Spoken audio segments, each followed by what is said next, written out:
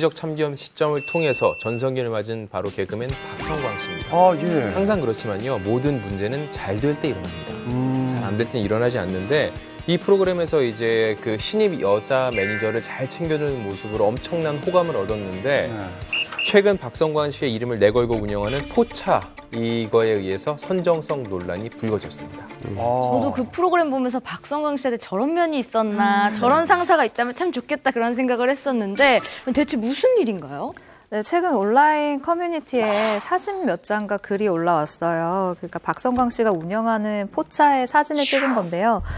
일단 인테리어 그리고 메뉴판이 지나치게 선정적이다라는 네티즌들의 지적이었습니다. 네티즌이 공개한 이 포차 사진에는 이런 게 있어요. 사행시인데요. 풍기문란으로 사행시를 지은 거예요. 풍만한 여자, 귀여운 여자도 물론 좋지만 난 네가 제일 좋아. 그러니까 이런 내용이 담겨 있고요. 그리고 뭐 모텔 표시와 함께 오빠 여기서 자고 갈래라는 문구가 담긴 포스터가 포함되어 있었습니다. 그런데 메뉴판에서도 사실 더 큰 문제가 발견됐었는데요. 컴퓨터 폴더 이미지예요. 일단 이 메뉴판 자체가. 그런데 이 메뉴가 이 안에 야동 파일 형식으로 뭐 메뉴들이 정리가 되어 있는 거예요. 예를 들면 서양, 일본, 뭐 국산, 남미 이런 식으로 해서 메뉴들이 정리가 되어 있는 거예요. 근데 뭐 사실 이게 처음 나왔을 때는 뭐 술집이다 보니 좀 재밌는 이미지다, 뭐 재밌게 뭐 뭔가 개그적으로 했나 보다라고 했는데, 아까 말씀하신 것처럼 박성광 씨가 요즘 여자 신입 매니저를 굉장히 배려하는 이런 훈훈한 모습으로 화제가 됐잖아요. 때문에 야동, 뭐 뭔가 이런 이미지와 너무 대치되기 때문에 좀 네티즌들이 실망한 그런 목소리를 냈었죠. 어쨌든 메뉴판이 일단 선정적이다 이런 것 때문에 논란이 된 건데, 여러분들은 어떻게 생각하시나요? 예. 요즘 뭐 이런 워딩이나 이런 거에 워낙 민감하다 보니까 이게 조금 아다르고 어다를 수 있는 건데, 기분 나쁘다고 생각하면 기분 나쁘고요. 그냥 웃자고 만든 건데 생각하면 또 그렇게도 보여요. 근데 이게 요즘 그런 이미지로 화제가 되고 있는 박성광 씨가 직접 운영하는 포차라고 한다면은 조금 다른 시선으로 더 이렇게 조금 도끼 눈을 뜨고 보겠죠, 사실. 저는 좀 지나치다는 생각이 좀 드는데요. 그래요. 그러니까 선정성 논란이 좀 지나치다는 건데, 얼마 전에 웃긴 일이 있었어요. 그 브라이언 메이라고 그 퀸의 멤버죠. 지금 이제 할아버지가 되셨는데, 맥주잔 하나를 이제 SNS에 올렸어요. 맥주 따라 마시면서. 근데 그 맥주잔이 여성의 몸매처럼 생긴 맥주잔이었던 거예요. 그래서 그걸 그냥 그 할아버지가 그냥 이렇게 맥주를 마시는 사진을 올렸는데, 거기다 대고 이제 우리나라에 수많은 이른바 페미니스트들이 가서 이제 난리를 친 거예요. 아니, 이런 성상품화하는 맥주잔에 그걸 마신다는 게 이게 지금 웃고 떠들 일이냐. 근데 그 글들에 대한 외국 사람들의 반응은 뭐냐면, 도대체 왜 저런 소리를 하는 건지 이해할 수 없다는 거였거든요. 여기는 미성년자들 오는 데도 아니고 성인들이 오는 곳이고, 성인으로서 저런 정도의 유머는 웃고 즐길 수 난 충분히 있다고 보거든요. 근데 저기다 대고도 무슨 뭐 성상품 아닌 이런 잣대를 자꾸 들이대갖고 이렇게 논란을 만드는 거는 저는 좀 지나쳐도 좀 많이 지나친 것 같다. 그런 생각이 좀 듭니다. 그러니까 뭐 이게 어떻게 보면 저 메뉴판이 나왔을 때 사람들이 어떤 걸 떠올릴까요? 야동이라고 떠올리잖아요. 그 자체가. 그러니까 뭐 이게 젠더 감수성을 딱 표현했을 때 이걸 야동으로 보고 여성을 성상품화, 뭐 야한 거를 굳이 술집에서 이거를 해야 되냐, 이게 이제 관점인데, 박성광 씨를 떠나서 그 메뉴판이 있는 그 자체가 이거를 봤을 때 굉장히 불쾌한 사람이 있다는 거죠. 그러면 이 자체가 굉장히 안 좋다는 거죠. 이에 대해서 박성광 씨는 어떤 입장 표명을 했는지 그것도 궁금하거든요. 네, 논란이 커지자 박성광 씨의 소속사는 해명에 나섰습니다. 2년 전 박성광은 지인이 제안한 포차 사업에 역시나 우리의 예상이 맞았습니다. 자신의 성명권 사용을 허락하고 홍보에만 참여해 왔다라고 얘기를 했어요. 그리고 사업체의 기획과 실질적인 경영은 박성광의 지인이 담당해 왔다고 밝혔고요.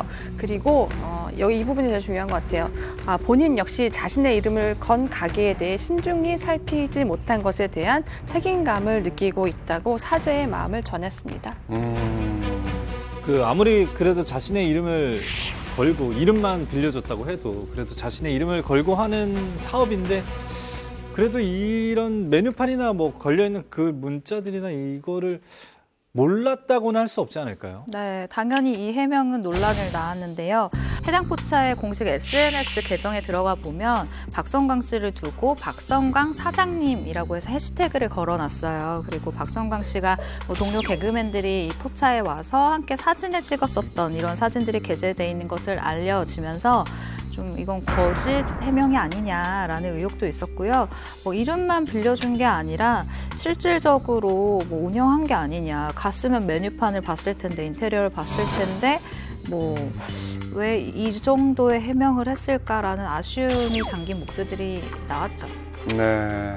네, 이게 합리적 의심은 할 만한 게요. 박성광 씨가 적극적으로 좀 운영에 참여한 흔적이 있어요.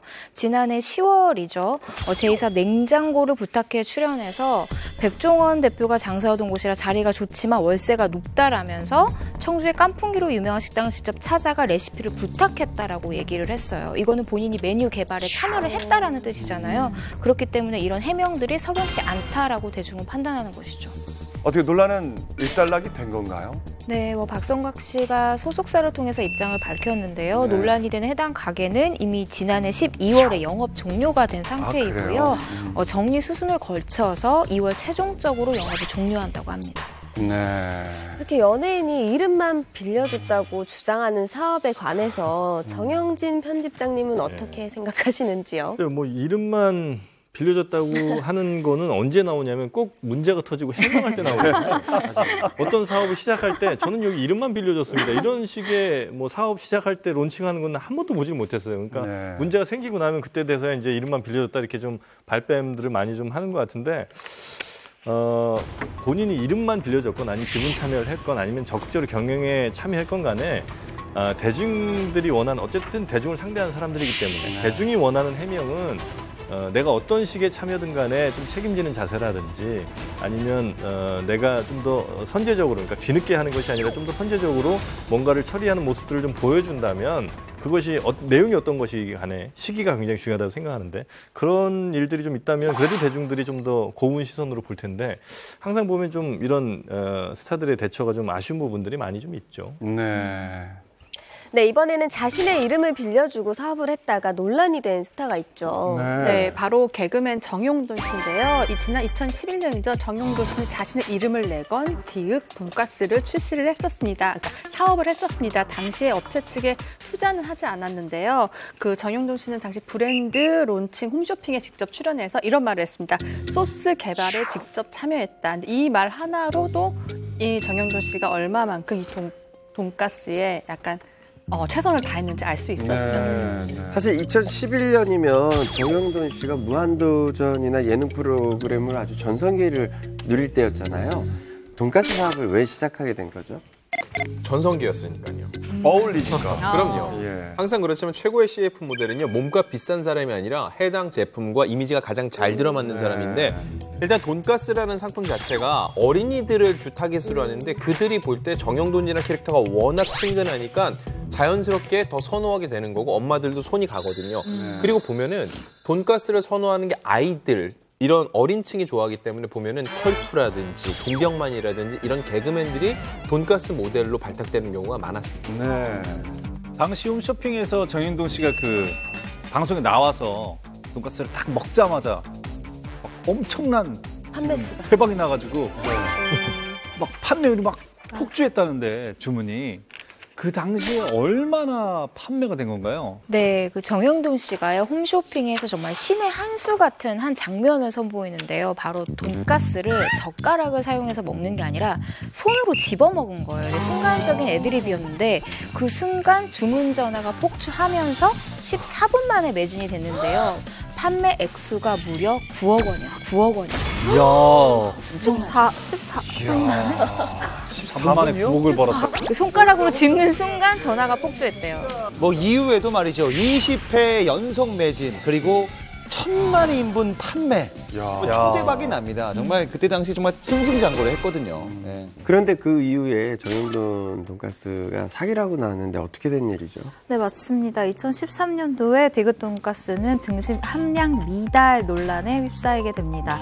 검찰이 이 디귿 돈가스가 등심의 함량을 속여서 판매했다라고 밝힌 건데요. 실제로 지난 2011년 9월부터 2013년 5월까지 135g의 이 이 등심 돈가스를 162g이다라고 홈쇼핑에서 속여서 판매를 하게 된 거예요. 그래서 76억 1,900만 원의 이득을 챙긴 혐의를 받았습니다. 이로 인해서 제조업체인 와이푸드 등은 돈가스 제조업체 4명이 불구속 기소됐습니다. 네. 근데 아무래도 정영돈 씨 이름을 걸고 이제 내건 식품이었고 또 그게 아무래도 직접 홈쇼핑에 나와서 홍보를 방송을 했기 때문에 소비자들이나 팬들이 또 그 실망감이 더 컸던 것 같거든요. 당시 그 대중들의 반응이 조금 많이 뜨거웠었죠. 네, 누리꾼들의 반응은 좀 갈렸습니다. 어떻게 갈렸냐면 정현돈은 그동안 왜 함구했나, 진짜 정현돈에게 실망했다라는 반응이 있는가 하면 정현돈은 이름만 빌려줬을 뿐 실질적으로 경영에 참여하지 않았다. 정현돈도 잘못했지만 업체를 경험한 사람이 잘못했다라는 엇갈린 반응이 나왔습니다. 네. 이 같은 논란에 대해서 정영돈 씨는 어떤 입장을 표했나요? 항상 문제보다 오히려 부족한 대응이 더 문제가 되는 것 같은데요. 정영돈 씨도 마찬가지였어요. 당시 검찰 수사까지 나섰는데 정영돈 씨가 아무런 입장을 취하지 않은 거예요. 근데 그 당시에 이제 한 프로그램 기자 간담회가 있었는데 이제 피할 수가 없었을 거 아니에요. 어떤 기자분이 이제 질문을 던졌어요. 그랬더니 정영돈 씨가 이건 회사와 이야기할 부분이라면서 사실상 대답을 회피하는 모습을 보였었죠. 결과적으로 이 태도 때문에 더 논란이 가중됐다고 볼 수 있는데요. 물론 자기가 직접 그 제품을 만들거나 경영을 한 건 아니니까 등심 함유량을 일일이 체크하기는 힘들었을 거예요.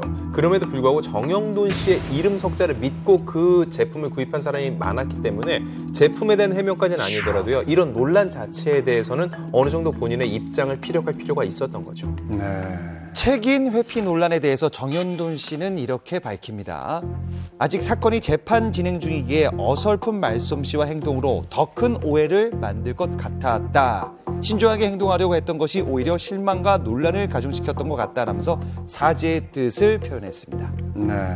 본인의 이름을 걸 때는 상당히 좀 신경을 쓰고 조심을 해야 된다고 봐요. 그러니까 특히 이제 이경규 씨 같은 경우 무슨 라면 하나 그때 이제 했었잖아요. 네. 하얀 라면. 그 계약을 하면서도 굉장히 그 조건을 좀 이경규 씨 측에서 꼼꼼하게 체크를 했다는 거예요. 그러니까 이런 맛이 계속 뭐 유지가 돼야 되고 등등 해서. 그러니까 이제 자신의 이름을 걸 때는 그렇게 본인의 이름이 쓰이는, 그리고 이제 대중들에게는 그 제품이나 아니면 제조사보다도 자신의 이름들이 더 먼저 각인될 가능성이 높다는 사실을 좀 인지를 하고, 예를 들면 계약을 할 때도 어떤 것들에 대해서 확실하게 좀 만들어야 된다는 어떤 뭐 조건 같은 걸 좀 제시를 했다거나, 아니면 처음엔 그걸 몰랐더라도 나중에 이렇게 사건이 발생됐을 때는 말씀하신 것처럼 좀 이런 부분은 내가 뭐 체크할 수 없는 상황이었다라거나 이런 것들을 이제 확실하게 좀 얘기해줬으면 좋았을 텐데 그러지 못했던 아쉬움이 분명히 좀 있네요.